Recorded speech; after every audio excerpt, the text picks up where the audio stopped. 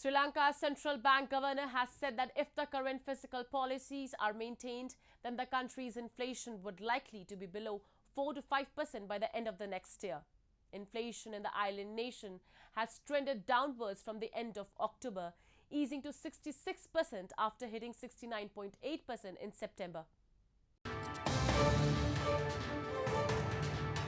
Sri Lanka's central bank governor Nandlal Veerasinghe said in a statement to the parliament on Thursday that the country's inflation would likely be below 4 to 5% by the end of the next year if the current fiscal policies are maintained. Inflation in the island nation has trended downwards from the end of October, easing to 66% after hitting 69.8% in September.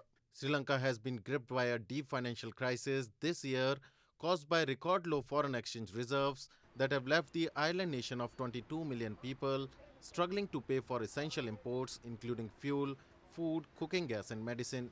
State Minister of Finance Asanka Shehan Semasinghe has said that the country has postponed a round of debt restructuring talks initially expected to be held on Thursday to allow central bank and treasury officials to provide clarifications sought by the country's creditors.